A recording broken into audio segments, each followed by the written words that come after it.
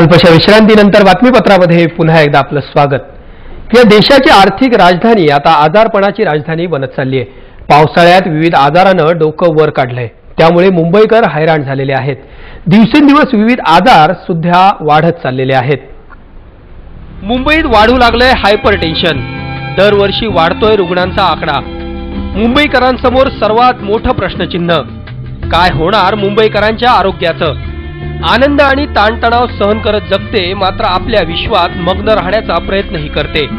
येणारा प्रत्येक क्षण मनमुरादपणे उपभोगणारा मुंबईकर आता विविध आजाराने ग्रासला गेलाय।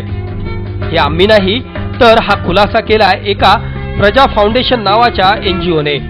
हा अहवाल पालिकेच्या आणि राज्य सरकारच्या रुग्णालयात दाखल असलेल्या विविध आजाराने ग्रस्त असलेल्या रुग्णांच्या आकड्यावरून तयार करण्यात आलाय। 3 वर्षात हायपरटेन्शनच्या रुग्णांच्या संख्येत दुपटीने वाढ झाली आहे। जानेवारी 2008 पासून एप्रिल 2011 पर्यंत हायपरटेन्शनचे अधिक रुग्ण आढळून आले आहेत, तर जानेवारी 2011 पासून मार्च 2011 पर्यंतच्या या 3 महिन्यात हायपरटेन्शनचे 11,564 रुग्ण आढळून आले आहेत। तर गेल्या वर्षीच्या ऑक्टोबर 2 आत्ताच हाती आलेल्या बातमीनुसार मंत्रिमंडळात योग्य खातं न मिळाल्यानं नाराज झालेल्या गुरुदास कामतांनी आपल्या मंत्रिपदाचा राजीनामा जो आहे तो पक्षश्रेष्ठींकडे